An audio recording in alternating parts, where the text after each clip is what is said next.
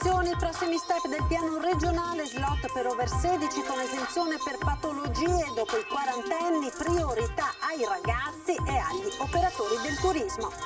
Festa a Cortina per l'arrivo della tappa più attesa del Giro, il percorso ridotto a causa maltempo, ma lo stop del Passo Fedaia innesca la polemica di Rocca Pietore. Siamo delusi, si poteva correre. Da oggi la riapertura delle attività delle palestre, il ritorno dei clienti nelle attività chiuse da mesi, i gestori sperano di poter recuperare quanto perso nello stop forzato. La Guardia di Finanza di Verona arresta un 37enne di San Giovanni Lupatotto, ha esercitato abusivamente l'attività finanziaria raggirando clienti per oltre 2 milioni di euro.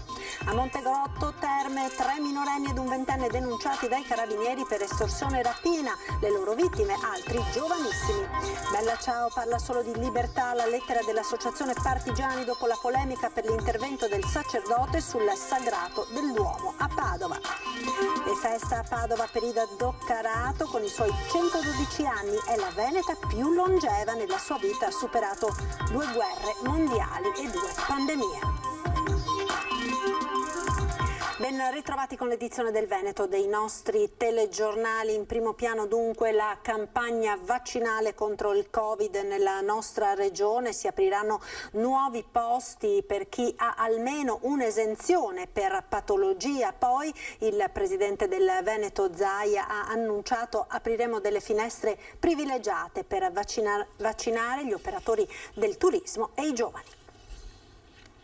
Nuovi slot vaccinali che verranno aperti nelle prossime ore per tutti coloro che hanno un'esenzione ticket per una qualche patologia. È l'annuncio del presidente del Veneto Zaia al quotidiano Punto Stampa. Che sono tutti coloro che hanno un'esenzione ticket per una patologia, non che esenzione ticket per reddito, ma per patologia. Apriremo circa 95.000 posti della corte di 444.000 con una esenzione per patologia. Molti sono stati vaccinati perché erano 50enni, 60enni o quello che è. Ce ne restano ancora da intercettare 194.000. Stiamo parlando dai 16 anni in su. Questa settimana le dosi per il Veneto sono ancora limitate a 206.000, ma il 30 maggio è previsto l'arrivo di 454.000 vaccini. Le prenotazioni per gli over 40 al momento arrivano al 16 giugno, poi la Regione conta di aprire una finestra privilegiata per gli operatori che lavorano nel settore del turismo, 80.000, comprendendo tutto il settore ricreativo, compreso quello termale, i campeggi e i parchi divertimento. Abbiamo un target importante che è quello delle aziende turistiche. Comunicativamente, lavorando con persone e quindi con ospiti stranieri, soprattutto stranieri e italiani, hanno un modo anche di presentare i nostri territori come territori covid free, no? E quindi la vaccinazione. Dopodiché, se volete che vi dica la mia opinione rispetto al liberi tutti, io penso che dovremmo dare un'opportunità ai giovani a questo punto, prima che a quelli di mezza età.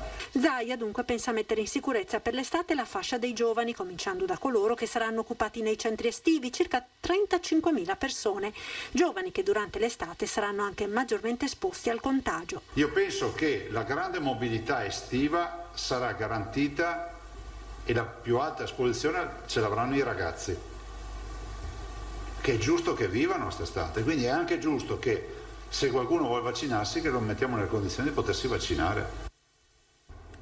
E proprio alla vaccinazione dei giovani è dedicato il nostro sondaggio di oggi. Vedete il quesito: scuola sicura, vaccinare anche gli studenti? Se per voi la risposta è sì, fate uno squillo al numero che vedete sulla barra di colore rosso. Se per voi è no, lo squillo andrà fatto al numero che vedete sulla barra di colore rosso.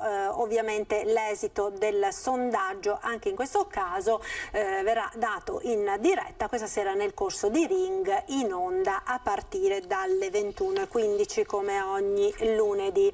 Ed ora torniamo a parlare del Giro d'Italia che oggi ha fatto tappa nella nostra regione, ha attraversato la montagna bellunese con il tanto atteso tappone dolomitico, ridotto però purtroppo a causa del maltempo. L'arrivo a Cortina Cortina, e proprio a Cortina noi ci colleghiamo ora in diretta con i nostri inviati Christian Arboit e Simone Merlo. Buonasera Christian.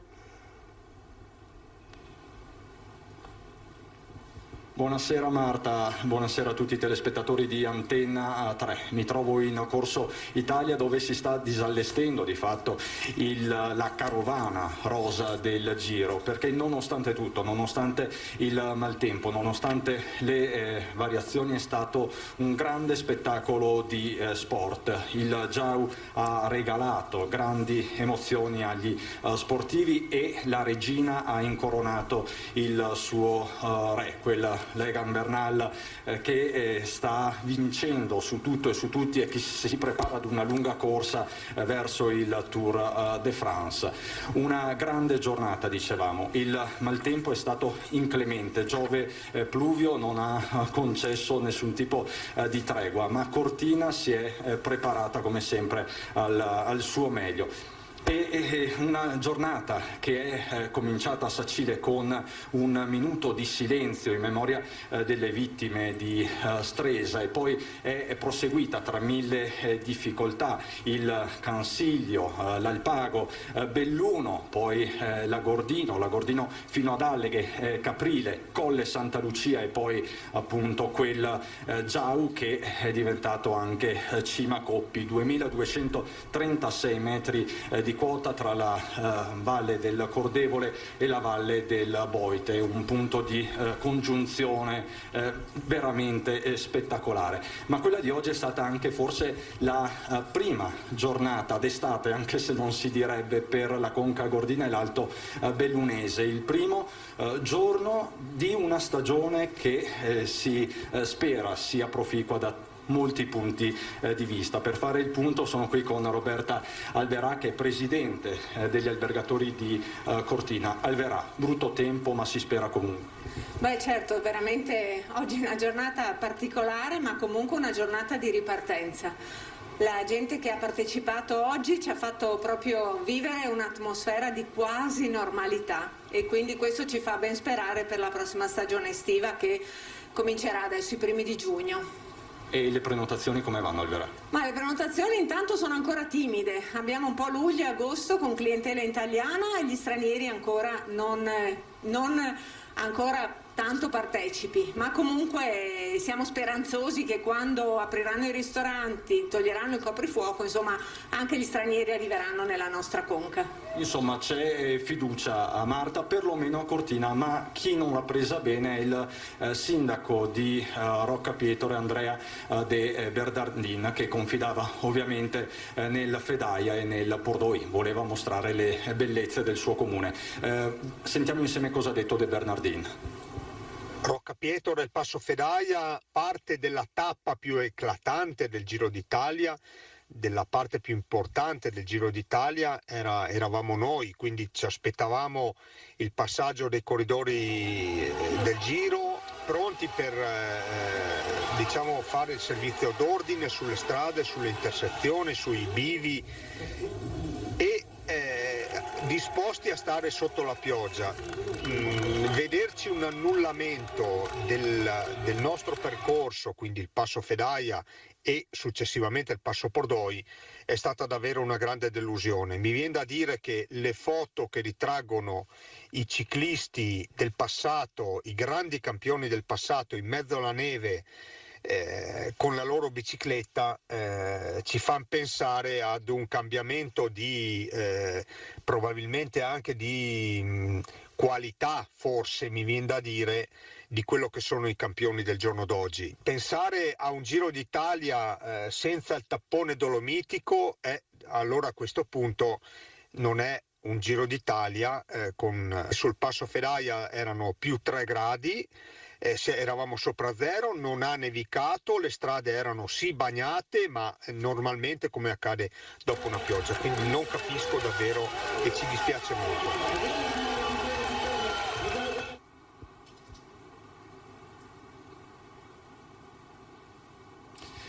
queste quindi le parole del sindaco di Roccapietore, un tappone dolomitico, metà tappone dolomitico con annessa polemica. Qui a Cortina comunque continua a piovere, ma come abbiamo detto si spera nella stagione che entra. Grazie Roberta Alverà, presidente dell'Associazione degli Albergatori, e speriamo nel sereno da tutti i punti di vista.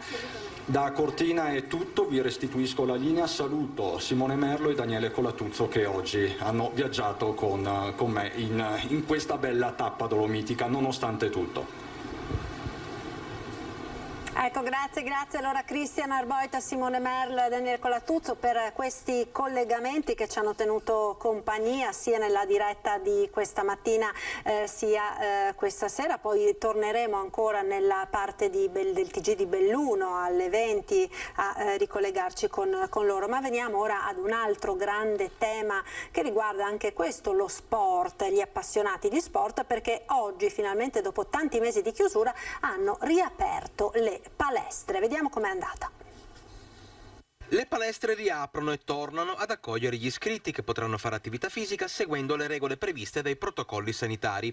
Un altro piccolo grande passo verso la normalità, ma è importante ricordare che bisognerà seguire delle regole ben precise. All'interno è sempre obbligatorio indossare la mascherina, non durante lo svolgimento dell'attività fisica. Le sessioni di allenamento dovranno svolgersi con una distanza tra persone di almeno 2 metri e restano indisponibili gli spogliatoi e le docce. Ma com'è stato riaprire dopo quasi 8 mesi di inattività? Dopo parecchi mesi qui siamo stati chiusi dal 18 di ottobre, ricordo. Sinceramente è stata veramente dura non poter esprimere ciò che ci piace fare, soprattutto. Questo ha creato sia in me sia in tanti clienti negatività, un po' di, diciamo, quasi depressione, no? Ad ogni modo la risposta dei clienti e dei tanti sportivi è stata incoraggiante fin dalle prime ore della giornata. Già da stamattina che appena aperto, fortunatamente avevo già gli storici clienti che sono venuti subito e mi hanno dato subito un sacco di carica, veramente sì. Speriamo bene domani, dopodomani, comunque importante è esserci, siamo felicissimi di questo. Proprio qualche minuto fa abbiamo acceso la macchina dell'ozono, adesso l'ho spenta, poi la riaccendiamo ancora, è passato il perossido con l'atomizzatore negli spogliatoi, perciò ci sentiamo tranquilli, noi facciamo questo 2 volte al giorno. La cronaca ora, la Guardia di Finanza di Verona ha arrestato un 37enne di San Giovanni Lupa Toto accusato di avere esercitato abusivamente l'attività finanziaria e di avere raggirato numerosi clienti dei quali ha raccolto i risparmi per oltre 2 milioni di euro. Il falso promotore finanziario, da molti clienti già conosciuto in ragione del suo precedente incarico di dipendente di una società di assicurazioni, una volta messosi in proprio è riuscito a carpire la fiducia di numerosi cittadini che gli hanno affidato i propri risparmi dietro l'allettante promessa di investimenti sicuri e molto remunerativi. Con lui risultano anche indagati, seppur a piede libero, la compagna ed un suo ex collaboratore. A Montegrotto ora, dove i carabinieri hanno denunciato 3 minorenni finiti in mezzo a storie di droga ed estorsione.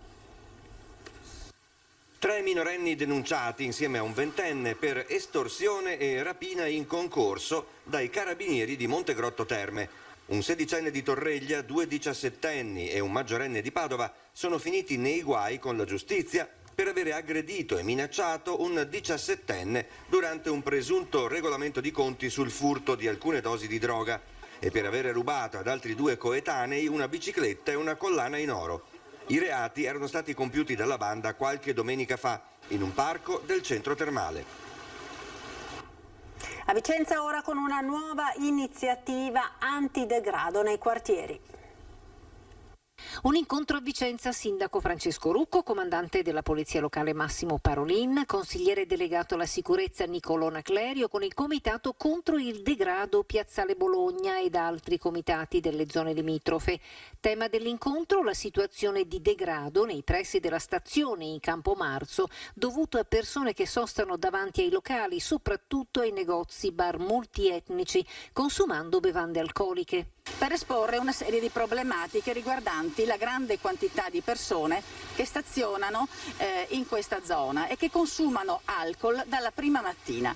Con soddisfazione abbiamo letto la formulazione di una nuova ordinanza, speriamo che questa sia introdotta al più presto e facciamo un appello affinché Vicenza non venga caricata di ulteriori nuovi arrivi.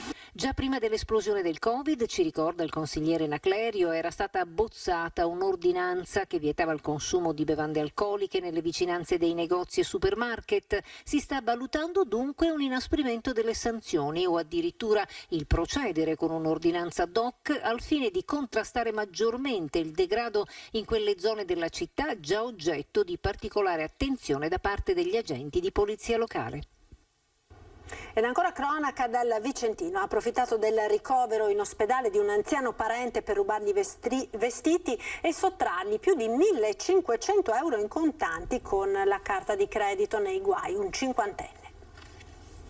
Incastrata dalle telecamere di videosorveglianza del comune di Piovene Rocchette, passate al setaccio dei carabinieri della compagnia di Schio, la 53enne di Sant'Orso che ha approfittato a piene mani del ricovero in ospedale di un anziano parente.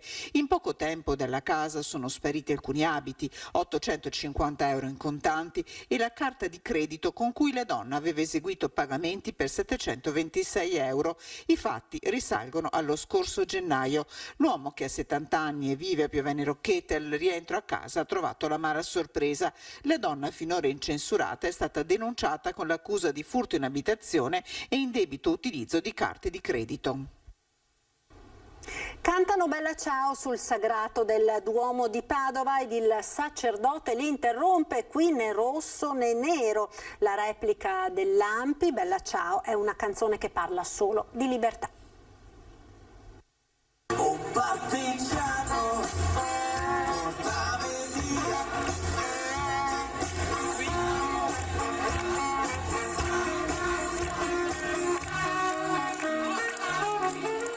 Qui no, né rosso né nero.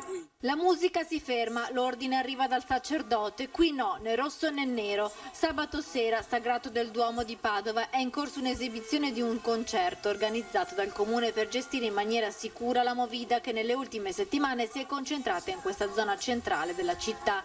La band intona Bella Ciao, ma udite le note della canzone partigiana per eccellenza, Don Gianandrea Di Donna, direttore dell'ufficio diocesano per la liturgia e collaboratore della parrocchia del Duomo, esce e ordina di interrompere la canzone. Il cantante si ferma e il sacerdote se ne va, mentre in piazza si sente qualche fischio.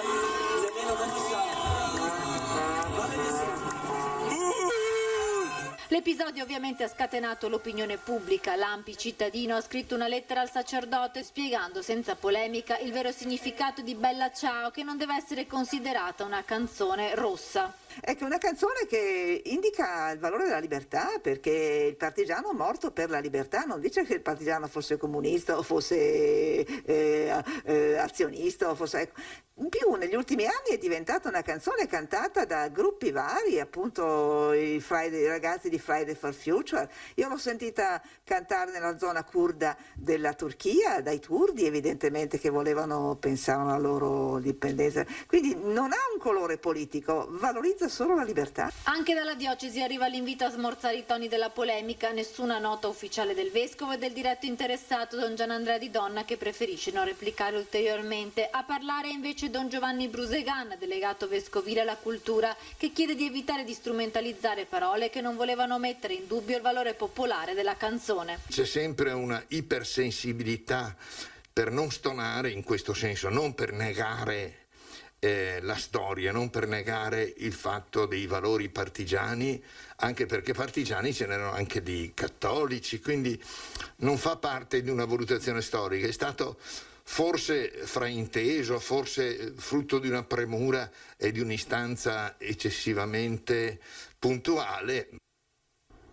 E torniamo ora a parlare della campagna vaccinale, andiamo nel Polesine perché prosegue l'attività a domicilio non solo nelle aziende sanitarie, sono importanti quindi i numeri dell'ULSS 5.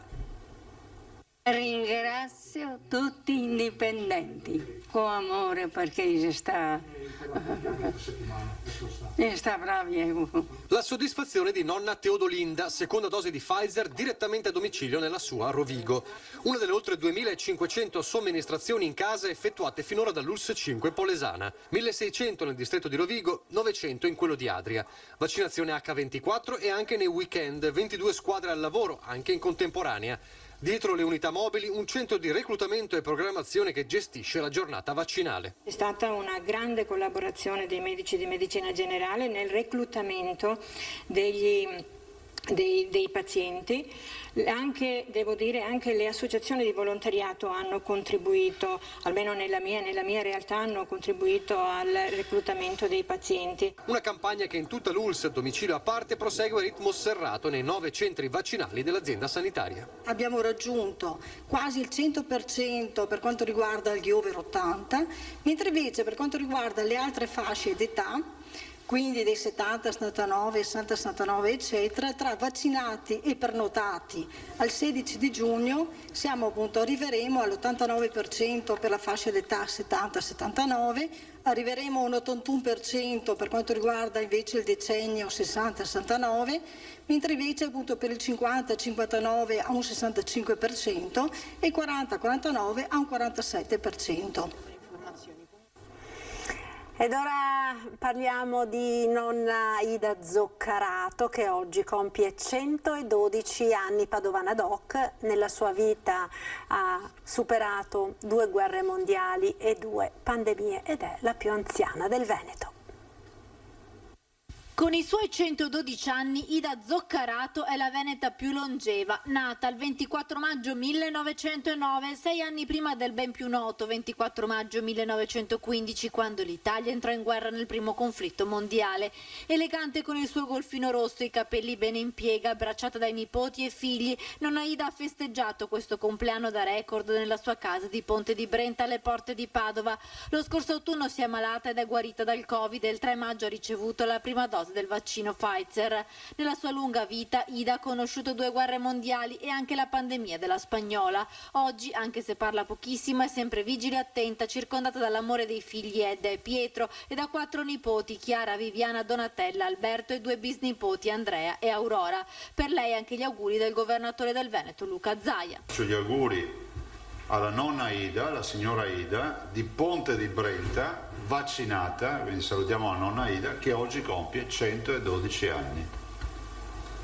Quindi la nonna Ida di Ponte di Brenta, buon compleanno veramente da parte di tutti noi per i suoi 112 anni. Ed ora il calcio con l'andata della finale dei play-off vinta dal Venezia giovedì sera al ritorno al Penzo, che deciderà chi sarà promosso in Serie A. Impresa del Venezia che espugna il Cittadella vincendo per 1-0 in trasferta la finale di andata dei play-off di Serie B. Il successo, firmato da un gol di Di Mariano all'inizio del secondo tempo, getta buone basi per gli arancione-verdi in vista del ritorno di giovedì sera con fischio di inizio alle 21:30 allo stadio Pierluigi Penzo. I lagunari sono a 90 minuti dal sogno di raggiungere la Serie A. Nel ritorno potrebbe bastare ai ragazzi di mister Zanetti anche una sconfitta con un gol di scarto, in virtù del miglior piazzamento in campionato. Ma questi calcoli non devono ingannare. Giovedì a Sant'Elena sarà battaglia, come fosse una gara unica. Conosco i miei giocatori, li ho visti alla fine, non festeggiavano, erano già concentrati, già sul pezzo, quindi questo che è importante e che sarà il segnale da dare a tutti quanti, perché sarà una partita difficilissima dove il nostro avversario verrà a Venezia a buttare il cuore oltre l'ostacolo. Il segreto di questo Venezia è l'unità. Noi siamo stati uniti in tutte le componenti e ora dobbiamo e vogliamo andarci a prendere questo obiettivo. E l'autore del gol? Il gol più importante della mia carriera, solo ai fini se dovessimo vincere la partita di giovedì, perché se non dovessimo vincerla ovviamente conta poco. Sarà più importante vincere la partita di giovedì e poter portare il Venezia su. Non demorde il mister del Cittadella, Venturato. La parata di Mempa è una parata importante, come ha fatto altre 2 parate su Baldini che sicuramente evidenziano una situazione nella quale credo il pari in questa partita ci stava, però è inutile rammaricare, siamo in questa situazione, partiamo da 1-0 per il Venezia e dobbiamo essere molto bravi a giocarci la partita. E vi ricordo Ricordo ora la nostra prima serata, torna Ring, come ogni lunedì ospiti di Ferdinando Avarino, questa sera il generale Giancarlo Iannicelli, meteorologo, e poi Marco Schiesaro, sindaco di Cadoneghe della Lega, Alessandro Luigi Bisato, segretario del PD del Veneto, Raffaele Speranzon di Fratelli d'Italia ed Erika Baldin del Movimento 5 Stelle. Alle 22:30 sarà ospite Francesco Zambon, ex commissario dell'OMS, protagonista appunto del dibattuto caso relativo al dossier Insabbiato. Ed è tutto per questa edizione, grazie per essere stati con noi, vi lascio come sempre al meteo. Arrivederci.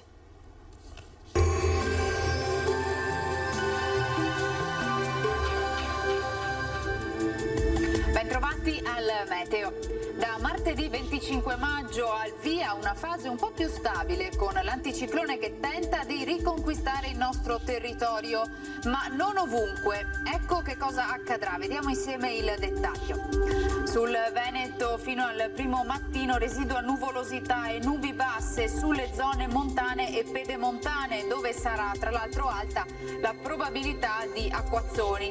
Poi schiarite alternate ad annuvolamenti a tratti consistenti. In pianura sarà più sereno o al massimo poco nuvoloso e non si escludono anche qui al pomeriggio dei piovaschi sparsi, specie sulle aree nord-orientali. Venti moderati da direzioni variabili, temperature in ripresa, minime tra 7 e 12 gradi, valori massimi compresi invece tra i 16 e i 24 gradi all'incirca. Ci spostiamo ora sul Friuli Venezia Giulia, dove avremo condizioni qui spiccatamente instabili con addensamenti, rovesci diffusi, ma anche con qualche pausa un po' più asciutta.